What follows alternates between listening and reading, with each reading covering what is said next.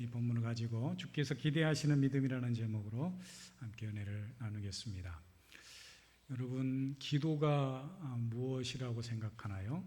또 기도를 왜 해야 된다고 생각하시나요? 미국의 듀북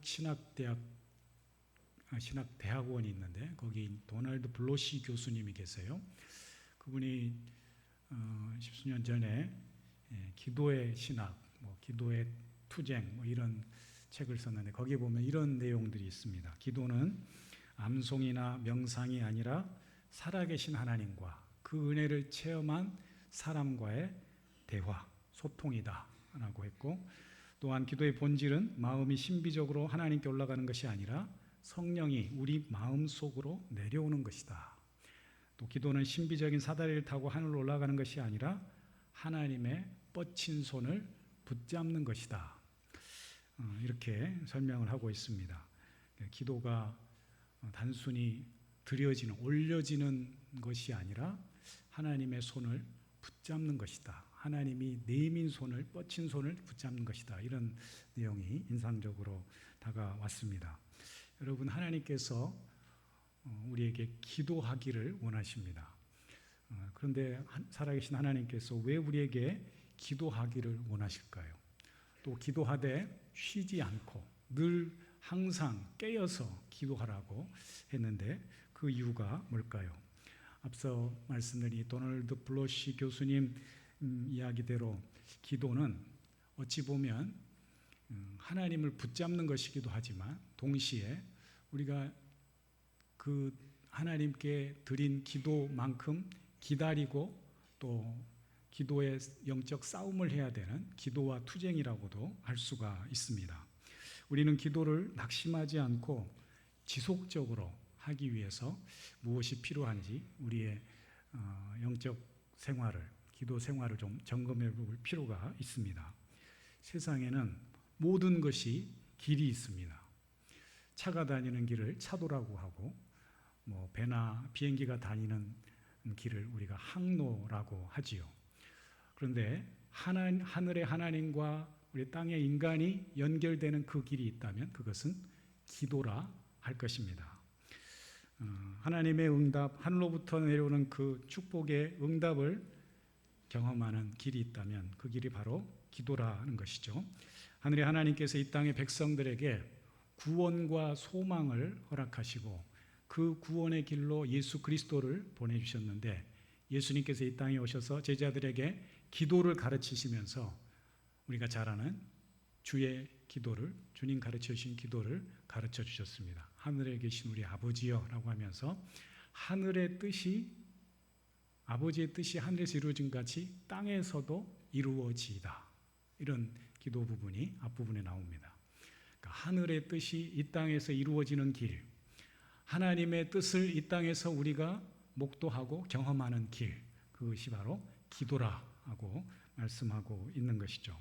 우리가 이 땅 가운데 살아가면서 하나님의 뜻을 이루기 원한다면 우리는 기도해야 될 줄 믿습니다. 오늘도 믿음으로 기도하는 성도들을 통해서 하나님은 이 땅 위에 당신의 거룩한 뜻을 친히 이루어 가시는 줄 믿습니다. 오늘 본 말씀을 보면은 불의한 재판관과 또 억울한 한 불쌍한 과부의 이야기가 나옵니다.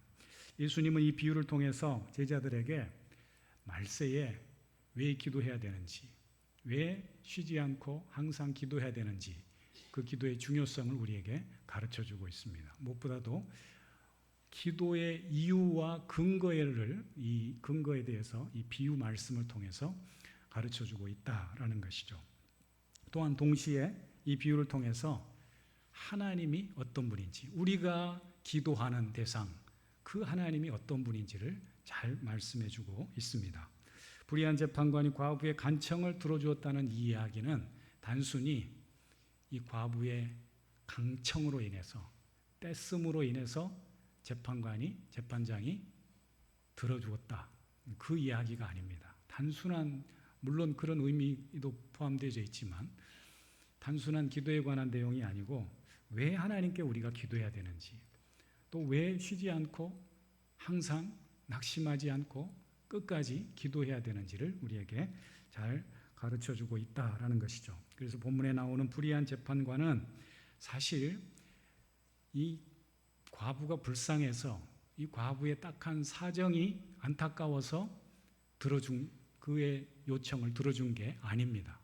하도 자주 찾아오니까, 계속해서 찾아오니까 귀찮아서 그 요청을, 부탁을 들어주었다라고 되어 있습니다. 이 비유를 오해하면 안 됩니다. 어떤 우리의 마음의 소원이라도 우리가 하나님 귀찮게 하면, 끈질기게 기도하면 하나님 들어주신단다, 그렇게 오해하시면 안 됩니다. 물론 우리가 그런 끈질긴 기도, 간절한 기도가 필요하지만 이 비유의 핵심은 그게 아니다라는 것이죠. 사실 예수님의 결론은 이런 불의한 재판장이라도 이 과부의 청을 귀찮아서 들어줄진데, 이 불의한 재판과는 비교할 수 없는 좋으신 하나님, 선하신 하나님이 우리에게 있지 아니하냐, 그 하나님이 우리의 기도를 어찌 외면하겠느냐라는 그런 반문이 여기 담겨져 있다라는 것이죠. 하나님께서 택하신 백성들의 기도를 결코 외면하지 않으신다는 말씀입니다. 예수님께서 오늘 이 시대 우리에게도 똑같은 믿음을 요구하십니다. 어떤 믿음? 기도하는 믿음. 끝까지 끈질기게 하나님의 선하심을 붙들고 그 기도를 할 것을 우리에게 말씀하고 있습니다. 그래서 우리 오늘 본문 마지막 부분에 보면, 그러나 인자가 올 때에 세상에서 믿음을 보겠느냐, 이렇게 물음으로 끝나고 있는 것이죠. 예수님이 마지막 때에 내가 믿음을 보겠느냐라고 하신 말씀은 기도와 믿음이 연결되어 있다는 거예요. 당신의 믿음을 어떻게 확인할 수 있습니까? 중요한 지표 중에 하나는 당신이 기도하고 있는가를 보면 알 수 있습니다. 여러분, 기도하는 성도가 믿음의 성도인 줄 믿습니다.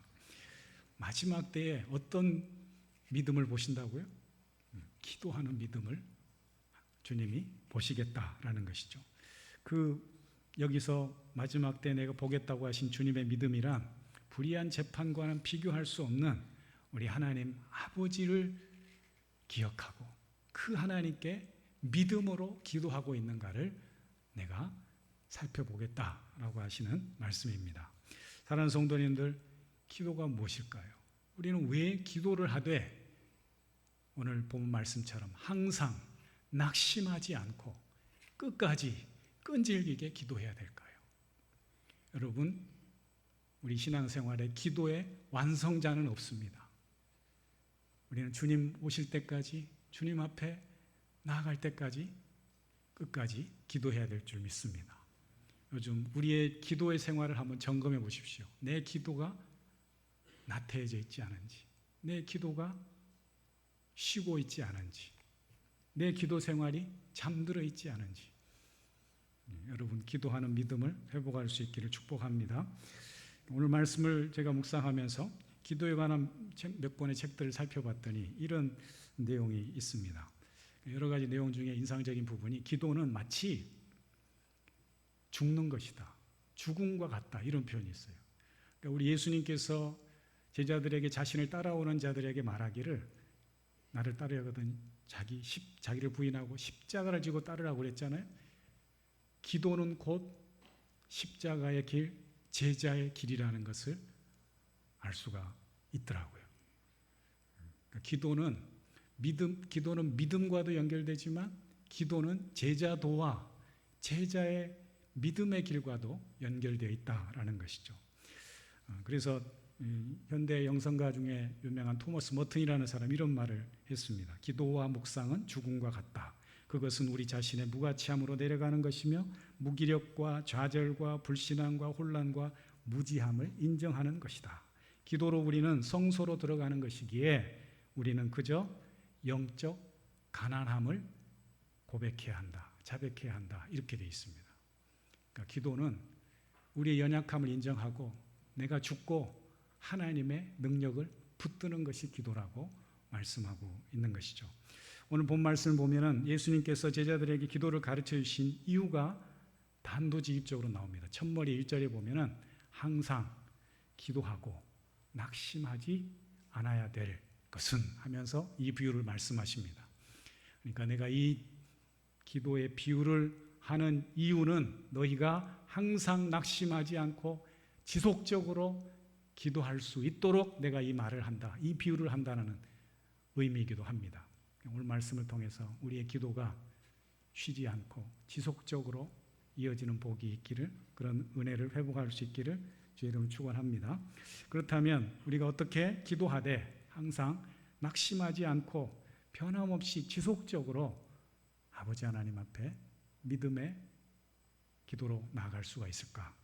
첫 번째, 우리는 불의한 재판장보다 좋으신 하나님 아버지가 우리에게 있음을 기억해야 합니다. 우리에게는 좋으신 하나님이 있기에 그분 앞에 언제든지 나아가 기도할 수 있다라는 이 믿음을 가져야 된다라는 것이죠. 우리가 왜 기도해야 됩니까? 한마디로 우리에게는 좋으신 아버지 하나님이 계시기 때문에, 우리의 기도에 응답하시는 선하신 주님이 계시기에 우리는 그분 앞에 나아가서 겸손함으로 또 우리의 마음을 다 쏟아놓고 기도할 수 있는 줄 믿습니다. 왜 하나님께서 우리에게 쉼없이 항상 낙심하지 않고 끝까지 기도하라고 했을까요? 한마디로 좋으신 하나님의 존재를 잊어버리는 그 순간 우리는 기도의 나태함에, 믿음의 나태함에 빠질 수 있다라는 의미이기도 합니다. 좋으신 하나님의 존재를 잊어버리면 우리는 언제든지 나태함으로 물러서고 또 무지함으로 넘어지는 신앙인이 되고 만다라는 것이죠. 오늘 본 말씀에 나오는 이 재판장과 과부의 비유를 한번 들어보십시오. 어떤 도시에 한 재판장이 살고 있습니다. 나옵니다. 그 당시에 이스라엘 재판관들은 대개 서기관들이나 율법 교사들이 이 재판장을 겸했다고 합니다. 그런데 그렇다면 누구보다도 하나님을 경외하고 하나님의 말씀, 율법을 따라 또 하나님의 법에 정통한 삶을 사는 사람이었을 터인데, 오늘 본 말씀 보면 그가 하나님을 두려워하지 않고 사람을 무시하지 않은 재판장이라고 표현이 되고 있습니다. 즉 이는 일반적인 재판장이 아니다라는 거죠. 또 일반적인 비유의 말씀이 아닌 것 같습니다. 일반 서민들이 억울한 일을 당할 때 누구를 찾아가겠습니까? 당시에 일반적으로 재판장이나 제사장을 찾아갔지 않겠습니까? 그런데 이 과부가 정말 하소연할 데 없어서 정말 이 문제를 해결해 줄 분은 재판장이라고 생각하고 찾아갔지만, 문제는 재판장이 자기 편이 아니다라는 거죠. 이 재판장은 불의하고 자기밖에 모르는 매우 이기적인 사람이었음을 알게 됩니다. 이 과부의 낙심이 컸을 것입니다. 여기까지 들으면 과부가 낙심하고 원통하고 분낼 만한 일이라는 것을 우리가 알 수가 있습니다. 우리도 그렇잖아요. 우리가 세상을 살다 보면 때로 그런 낙심하고 억울한 일을 당하기도 합니다. 정말 지푸라기라도 잡는 심정으로 누군가를 찾아갔는데 그에게 매몰찬 거절을 당했다라고 한다면 그 배신감이, 그 상처가 더 클 것입니다. 오늘 과부가 그런 낙심천만한 일을 경험하게 됩니다. 그러나 예수님께서 이 비유를 통해서 우리에게 말씀합니다. 그런 불의한 재판관보다도 더 좋은 하나님이 계시다. 결코 낙심하지 말고 이 과부가 계속해서 찾아갔던 것처럼 너희도 하나님 앞에 나와 지속적으로 기도해라 라고 말씀하고 있는 것이죠. 우리가 주님이, 우리 좋으신 아버지 하나님이 계시기에 낙심치 말고 그분 앞에 나아가 우리의 마음을 쏟아놓아 기도할 수 있는 저와 여러분이 될 수 있기를 축복합니다. 하나님의 살아계심을 믿고 우리의 기도에 귀 기울이시는 그 선하신 하나님 앞에 믿음으로 나아갈 수 있기를 축복합니다. 하나님은 참 좋으신 분입니다. 어린 시절 저는 교회 가서 배운 것이 네가 기도해라, 기도는 이렇게 해야 된다, 이렇게 배우지 않았습니다. 그런데도요, 어린 마음에 하나님께 기도하면 들어줄 것 같더라고요. 그런데 저희 집에서 아무도 신앙생활 안 하고 저 혼자 교회 다닐 때인데 그 초등학생이 기도하면 부끄러우니까 혼자 헛간에 들어가서 조용히 기도하던 적이 있습니다. 그런데 하나님은 그 어린 아이가 헛간에서 아무도 모르게 조용히 기도하던 그 기도를 들어주시더라고요. 제가 여기 목사가 돼서 여기 서 있잖아요. 대학생 때 제가 대구에 가서 대학생활을 했는데 그 자취하던 장로님 아들을 제가 좀 돌봐준 적이 있습니다. 근데 하루는 이 여름 수련회 그 장로님 어머니가 이렇게 봉사로 따라가셨다가 쓰러지셨어요. 요즘으로 하면 뭐 뇌졸중 정도 될 거예요. 나중에 좀 이렇게 한쪽을 잘 수족이 불편해지셨으니까 이게 쉬운 말로 하면 중풍이 온 거죠. 그런데 그 일을 수련회 때 경험했으니까 우리 모두가 다 교회 분위기가 안 좋고, 제가 그때 또 교사였으니 그 우리 손자 되는 장로님 아들의 교사였는데, 그러니까 그 순관이라는 그 친구에게 와서 그 일을 경험한 후에 며칠 후에 그 공부하다가 순관아 어떡하니 우리 할머니 걱정이지 이렇게 물었더니 그 친구가 하는 말이 선생님 걱정 마세요. 하나님이 계시잖아요. 하나님께 기도하면 들어주세요. 이렇게 저에게 말하는 거예요. 저는 그때 충격을 받았어요. 야, 교사라는 선생이라는 나도 걱정에 대해서 어떻게 하면 좋니? 할머니를 걱정하는데 이 어린아이 입에서 걱정하지 마세요. 하나님께 기도하면 돼요. 그 말에 정말 제가 부끄럽더라고요. 그런데 정말 나중에 그 할머니 권사님이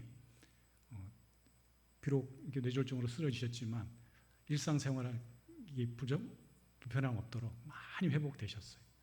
얼마나 참 감사한지. 제가 그때 느꼈어요. 아, 하나님은 저 어린아이의 기도도, 작은 기도도, 연약한 아이의 기도도 들어응답하시는구나 라는 것을 경험할 때가 있었습니다. 여러분, 우리에게는 좋으신 하나님이 계십니다. 은혜와 능력의 하나님이 계십니다. 그분께 믿음으로 우리는 나아가야 될 것입니다. 두 번째로 우리가 어떻게 쉼없이 끊임없이 지속적으로 기도할 수 있는가? 우리가 과부 같은 연약한 인생임을 잊지 않아야 된다는 거예요. 재판장을 찾아간 과부는 결코 낙심하지 않습니다. 낙심할 만한 상황임에도 불구하고 충분히 낙심할 수 있는 상황이었지만 그녀는 낙심하지 않았고 포기하지 않았습니다. 이게 중요합니다. 과부는 오늘 본 말씀대로 하면 자주 그에게 찾아가서 나의 원수에 대한 내 원한을 풀어주소서 이렇게 말합니다. 재판장이 듣든 듣지 않든 재판장님 나의 원한을 풀어주소서, 내 원수에 의해서 겪고 있는 나의 고통을 좀 들어주소서 이렇게 계속 요청을 하고 있습니다. 자신에게 눈길을 한번 주지 않던 이 고약한 재판장이었지만 자신의 문제를 해결해 줄 때까지 계속 찾아간 것입니다. 우리는 때로 어려운 일을 만날 때에 대부분 내 수준에서 판단하고 내 수준에서 결정할 때가 많습니다. 그러나 성경은 하나님을 믿는 성도라면 하나님께 나아가서 하나님께 지속적으로 기도하라고 말씀하고 있는 것이죠. 과부가 재판장을 찾아간 것은 왜 그랬겠습니까? 다른 방법이 없잖아요. 이 문제를 해결할 수 있는 나의 억울함을 해결해 줄 분은 저분밖에 없다라는 그 마음 하나로 계속 찾아간 겁니다. 계속. 성경의 원문에는 자주라는 표현이 없어요. 그런데 이건 좀 의역을 한 건데 이제 과거 완료 시제예요. 그러니까 과거 미완료 시제예요. 그러니까 미완료라는 것은 계속되고 있다라는 의미거든요. 그러니까 과부가 재판장에게 계속해서 찾아갔으니까 이걸 자주라고 표현하고 있습니다. 우리가 하나님께 기도하는 이유도 마찬가지입니다.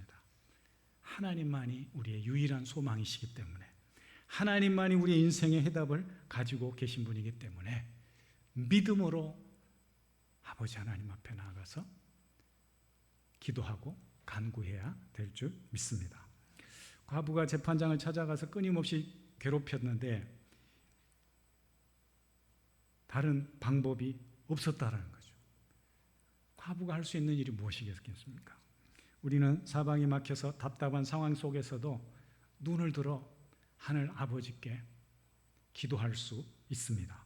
모든 것이 막힌 것 같은 암담한 상황에서도 아버지 하나님의 살아계심을 믿고 내 기도에 귀 기울이시는 그 하나님을 온전히 의지하고 믿음으로 기도할 수 있는 저와 여러분이 될 수 있기를 축복합니다. 아버지 하나님의 계심을 믿고 선하신 하나님께서 내 기도에 응답하시는 그 믿음을 가지고 나아가는 성도가 복된 성도요, 또 참된 믿음의 성도인 줄 믿습니다. 그래서 이 유명한 영성가 중에 여성 영성가 중에 노르위치의 줄리안이라는 분이 있는데 이분의 책에 보니까 이런 내용이 있어요. 기도의 최고 내용 형태는 하나님의 선하심을 구하는 것이다.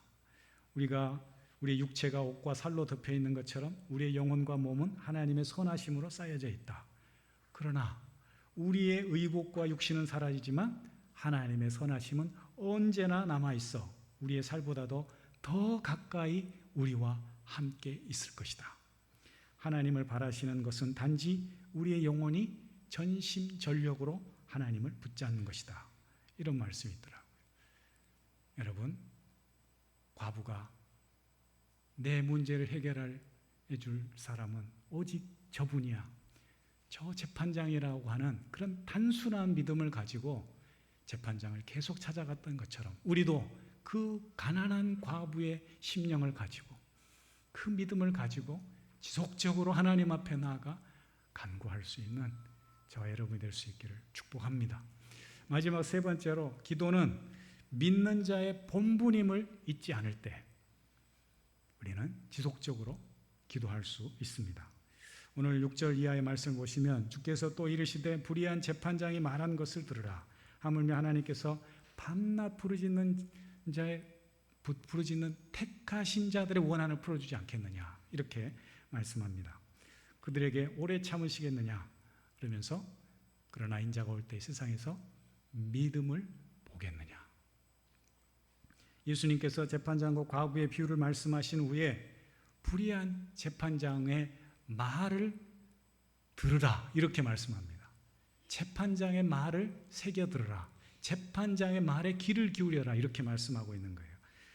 재판장이 무슨 말을 했어요? 4절 5절 말씀 보면은 그가 얼마 동안 듣지 아니하다가 후에 속으로 생각하되 내가 하나님을 두려워하지 않고 사람을 무시하나 이 과부가 나를 번거롭게 하니 이 과부가 나를 귀찮게 하니 내가 그 원한을 풀어주겠다 이렇게 대답했다라는 거예요. 예수님께서 그 재판장의 마음 이 말을 보라는 거예요. 기억하라고 말씀하고 있습니다.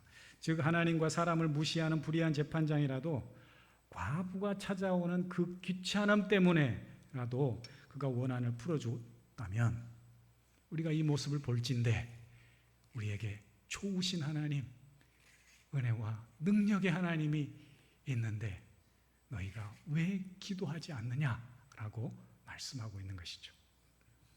사랑하는 성도님들, 나쁜 재판장이라도 자신의 이익을 위해서 자기의 마음이 없어도 들어줄진데 하물며 하나님의 택한 백성들이 하나님 앞에 나와 밤낮 부르짖어 기도하는 그 기도를 어찌 하나님이 외면하시겠느냐 이렇게 말씀하십니다. 여러분, 하나님의 살아계심을 믿으시기 바랍니다. 선하신 하나님께서 오늘도 우리의 기도에 귀 기울이시고 응답하실 준비가 되어 있음을 믿고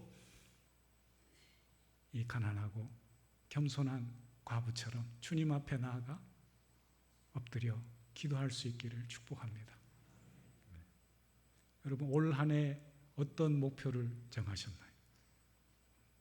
여러분, 기도의 회복의 시간을 정할 수 있기 바랍니다. 제가 지금도 기억하는 것은 대학 시절 제가 막 신학 대학을 갔지만 신학 공부를 해서 주의 종이 되겠다고 갔지만 1학년 때 제가 많은 방황을 했습니다. 이 학교를 계속 다녀야 되나 말아야 되냐, 군대를 가야 되나 말아야 되나. 그리고 1년을 지나고 겨울방학 때죠. 이 정도가 됐겠죠. 교회에서 부흥 집회를 했어요. 부흥 집회. 예전에는 뭐 심령 대부흥회 이래가지고 부흥회를 했는데, 우리 교단 그 마산 창원에 그 교단 총회장을 하신, 갑자기 성함이 생각이 안 나는데 그분이 오셔서 우리 교회 부흥 집회를 하셨어요. 지용수 목사님. 근데 그 다른 생각은 안 나고, 여러분의 믿음의 성도라면 기도의 방석을 준비하세요. 이런 말씀을 하시는 거예요. 한번 따라해 보세요. 기도의 방석을 준비하라. 제가 그 말에 꽂혔어요. 도전이 되더라고요. 그날부로 자취방에 와서 방석이랄 것도 없지만 이불을 개켜가지고 깔아놓고 매일 시간을 정해놓고 기도하기 시작했습니다. 그러니까 길이 보이더라고요. 내가 무엇을 해야 되는지, 내가 왜 여기 와 있는지, 내가 어떻게 주의 종의 길을 가야 될지.